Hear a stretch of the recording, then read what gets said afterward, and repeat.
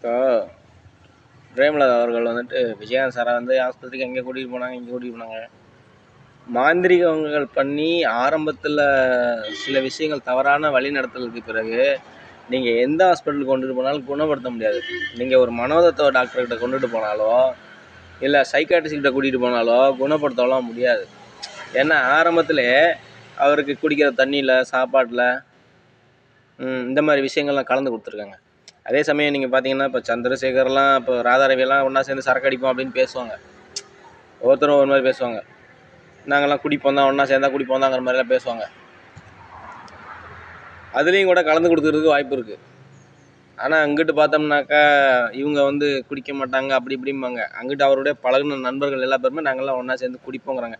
வாயே திறக்கிறது கிடையாது. அவங்கெல்லாம் ஏன் அப்படி சொல்கிறாங்கன்னு அவங்க மேடையிலே போய் நின்றுக்கிட்டு பேசுகிறாங்க. விஜயகாந்தோட மேடையிலே போய் நின்றுக்கிட்டு இதே மாதிரி பேசுகிறாங்க.